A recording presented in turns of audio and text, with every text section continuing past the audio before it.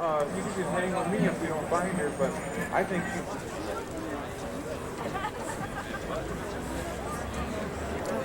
That was great. I did the walk. I didn't stay at the church though, because honestly, that program it had to. No, I just say they're always like doing not so much for journalism. We're here to make a peaceful position about the clemency, upcoming clemency. We know that the application for clemency that is heavily in favor of Leonard's freedom, we know that it's being weighed by the White House. Leonard's done a lot of good things for a lot of people before he was incarcerated for his political beliefs, and even while incarcerated, he's worked with youth, worked with children, worked with families, and he's been a mentor of mine. He's helped me a great deal. He's a great man, and we can prove his innocence. Any one of us have all the documentation, all the evidence that can prove Leonard's innocence. So 25 years in prison for something he did not commit is just an atrocity. He's all these people's leader. He's a leader from not just throughout Indian country, but from all over this world.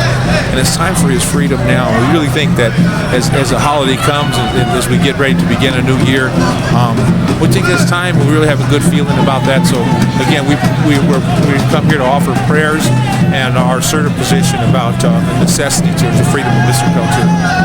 You want to give your name? My name is Ernie Jr.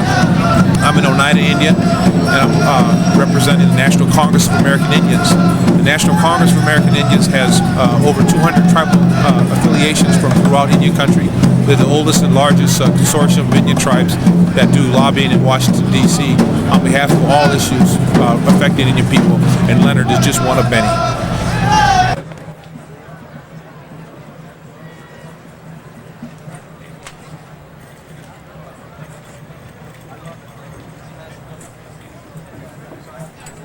Yeah.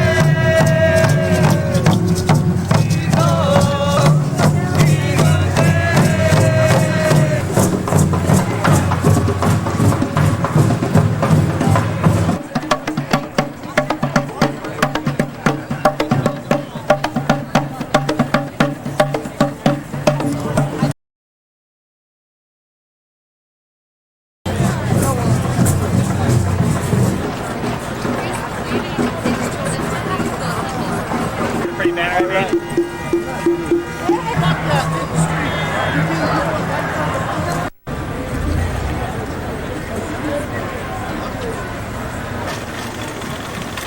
They admitted they had no clue as to who it was who actually killed the agent. So the first two members of AIM, they tried on an aiding and abetting charge, and they couldn't prove that either. I'll be buried in my grave and go home to my home and be free. Before I'll be your slave, I'll be buried in my grave and go home to my home and be free. Clemency is only fair, freedom for Peltier. Clemency is only fair, freedom for Peltier. Clemency is only fair. Innocent man. Peltier is an innocent man. Peltier is an innocent man. What do we want for Leonard? Freedom now. What do we want for Leonard? Freedom now. What do we want for Leonard? Freedom now. What do we want for Leonard? Freedom now.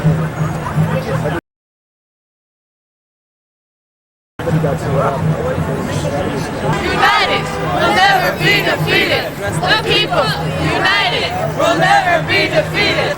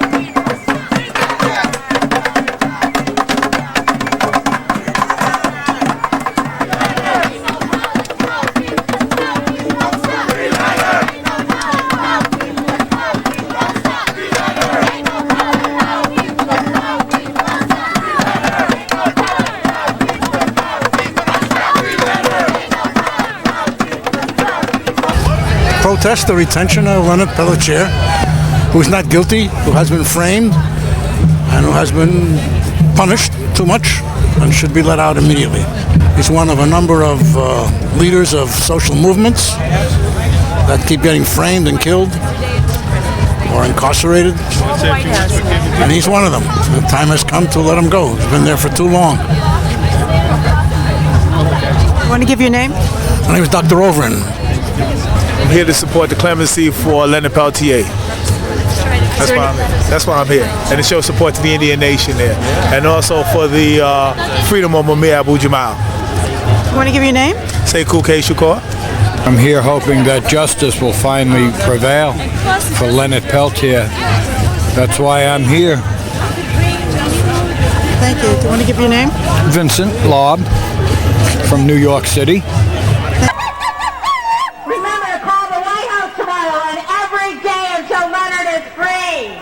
First of all, I'd like to say thank you on behalf of my grandfather for coming and walking with us and stuff. I'd like to say that we need everybody's help right now because if President Clinton doesn't let my grandfather out, then he could probably die in prison. So we need everybody's help. Like call the White House comment line and ask them to give executive clemency to Leonard Peltier, and you need to do it every day.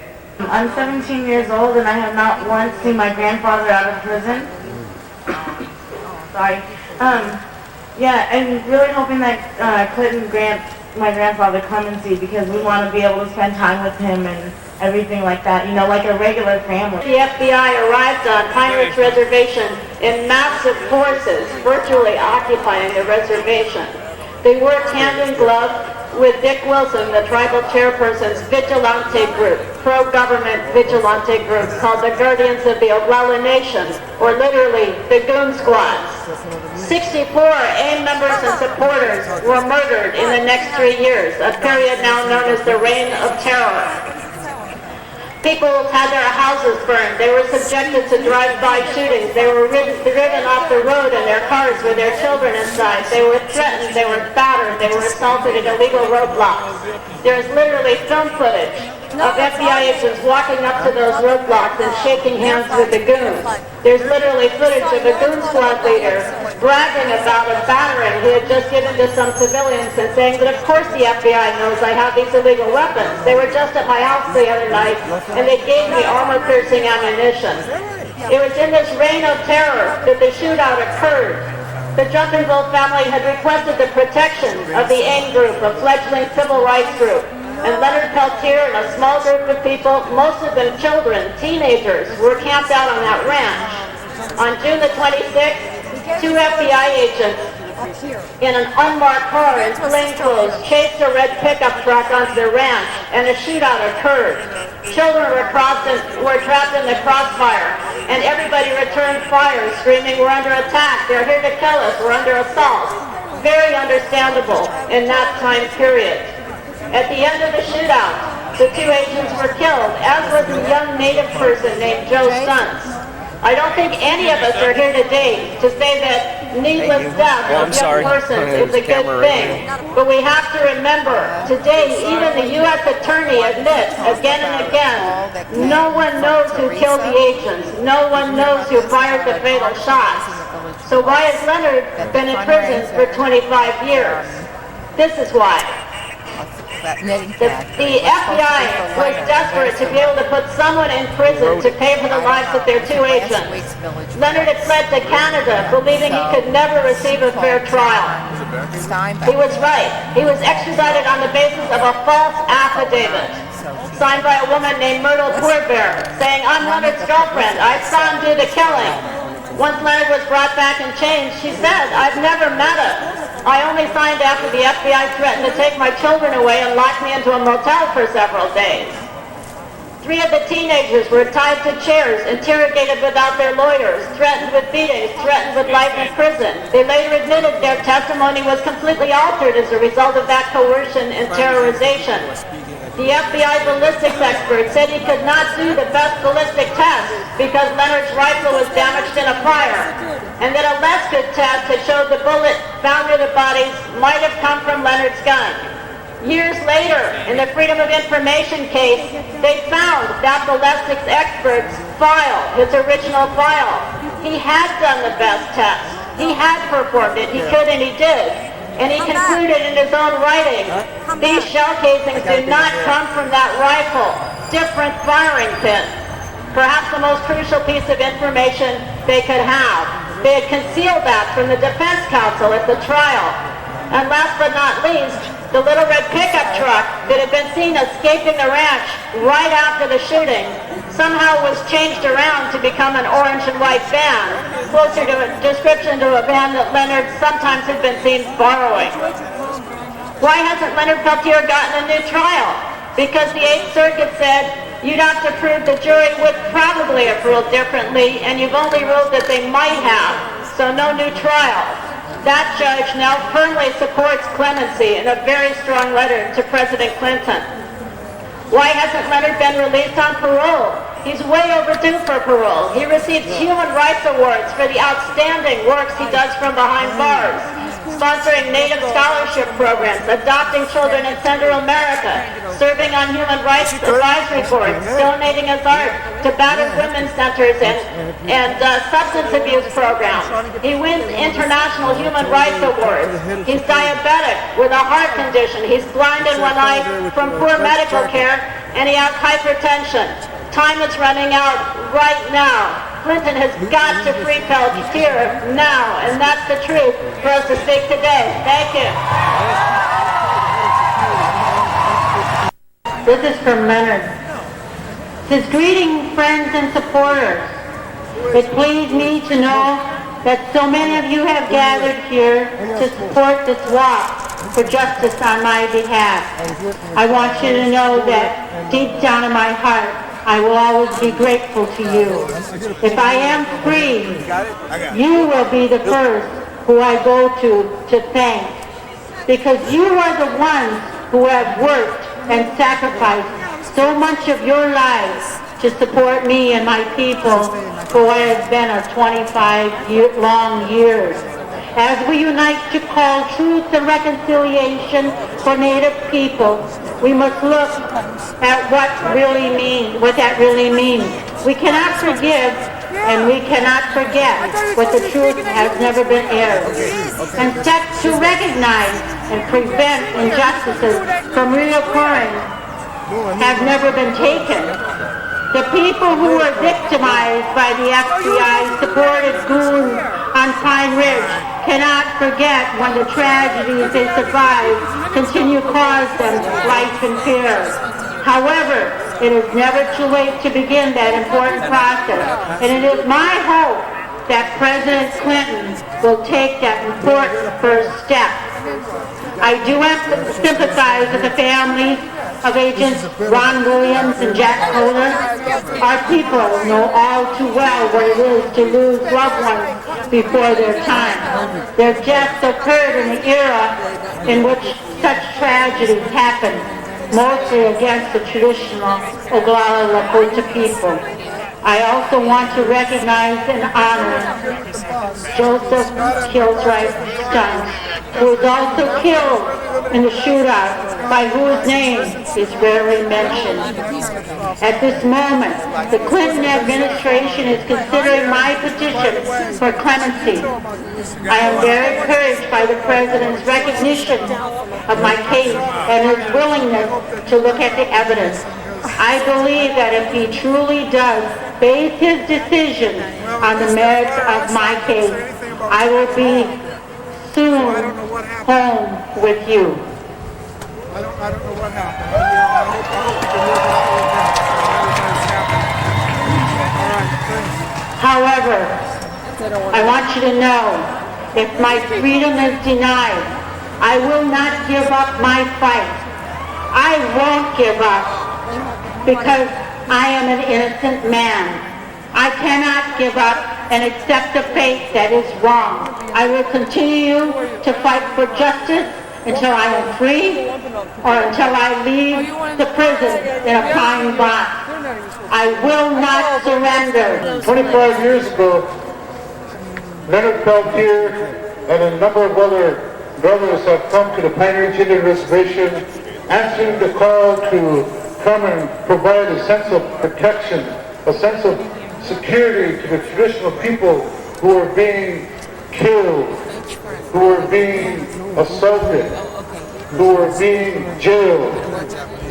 And I want to thank my brother Leonard Peltier for answering that call, coming down to the Pine Ridge Indian Reservation and providing that sense of security that our people needed.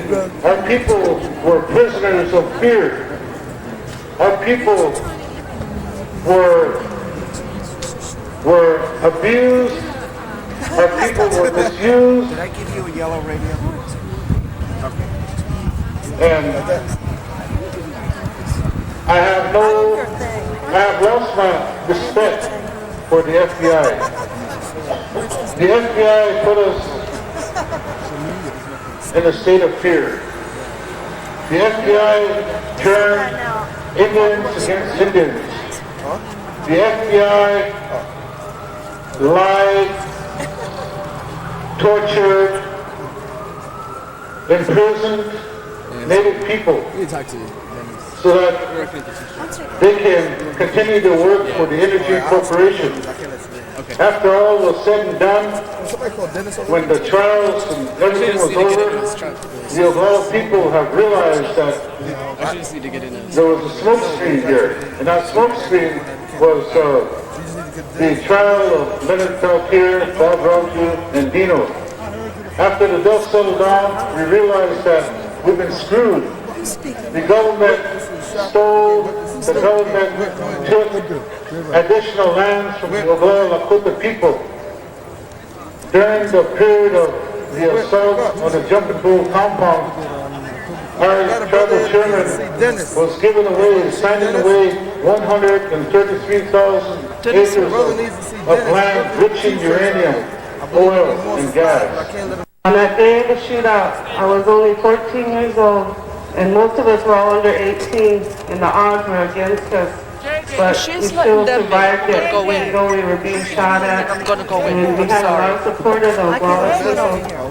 I'd like to thank them too for being here. Without them, we wouldn't even be alive.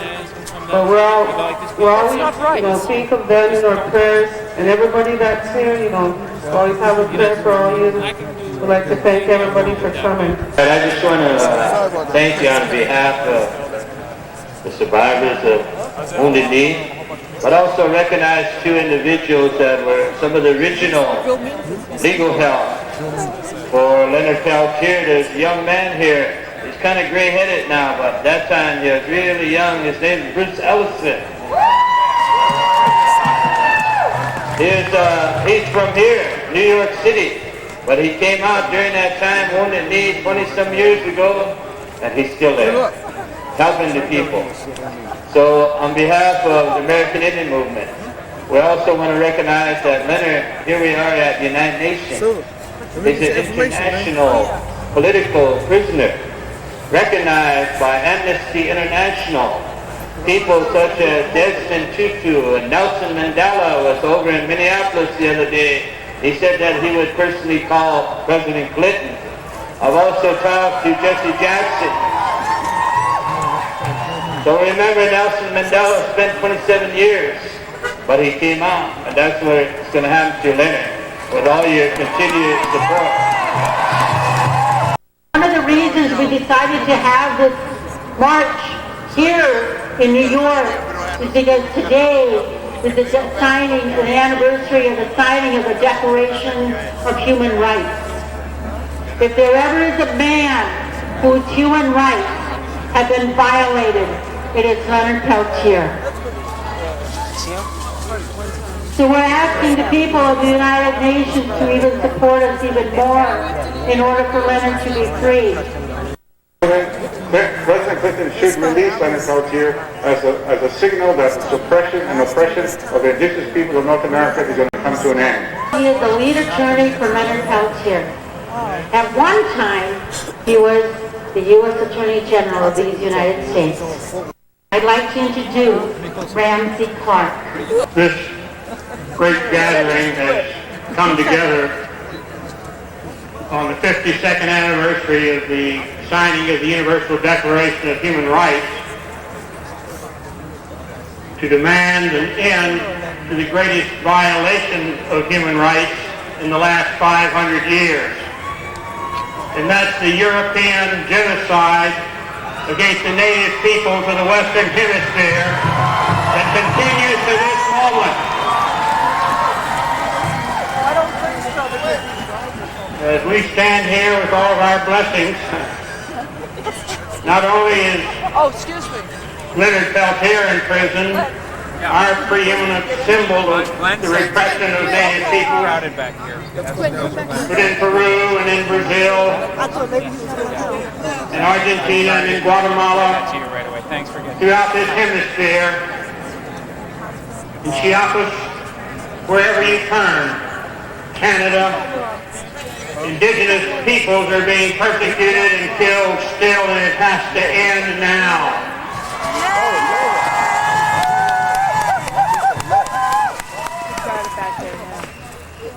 I've been asked to speak on why President Clinton should grant clemency. It really hardly requires much explanation.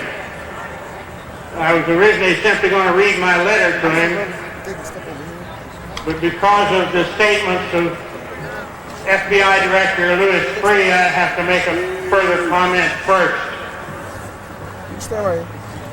Leonard would never have been on Pine Ridge. He wouldn't have been on the Jumping Bull property on the 25th of June in 1975 if the FBI and other law enforcement had been doing their duty. Don't we know that? There's been more than 40 murders there in 2 years of Indian people, and no one had investigated, and no one had been prosecuted, and no one spent 5 seconds in jail for all those murders. Don't we recognize the equal value of the lives of Little Joe George Kuntz and Anna Mae Aquash, with the FBI director and the FBI agents wherever they are equals. Their lives are of equal value. But whoever investigated their deaths? No one. Leonard was where he was because traditional elders had to ask him to come there to save him from being killed. And he has suffered mercilessly for 25 years as a result, and it has to end now. We cannot be afraid of the FBI. Right. All right. Janet Reno has said that letter of the FBI should never have been made public. That letter should never have been written. The FBI ought to stick to investigation. It ought to investigate equally all crimes. All right. And the persecution of Leonard has gone on much too long. I wouldn't want to tell you anything about why Leonard should be let out that I didn't tell the President. Dear President Clinton, no pardon or commutation of sentence you might grant can have the historic significance of the release of Leonard Peltier.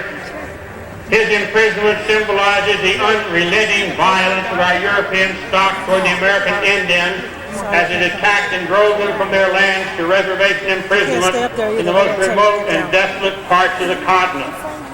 At the Jumping Bull compound near Wounded Knee on Pine Ridge Reservation in South Dakota on June 26, 1975, Leonard Peltier with scores of Indians engaged in what remains the last major armed confrontation between Native peoples and armed forces of the United States. 3 died. 2 FBI agents and 1 Indian, and we mourned them all equally. The Indians believed they were resisting yet another armed intrusion on their lands and their lives by alien U.S. forces. Only one person, Leonard Peltier, has been imprisoned from the encounter in which hundreds of federal and state officers and Indians exchanged gunfire over a period of hours. He has now served 24 years in prison. He'll be 25 in February. His health is broken. His people, his grandchildren, most of all, yearn for him to join them. His indomitable spirit is shown in the great art of his paintbrush and the power of his pen, which will endure long beyond our time. For Indian peoples, for the FBI, for our whole country and others who question our desire to live together as equals, the release of Leonard Peltier would be a stunning and desperately needed act of reconciliation. I ask you to commute Leonard Peltier's sentence to life imprisonment to set him free during the presidency of William Jefferson Clinton, and whose tenure his clemency petition was first filed so long ago in 1993.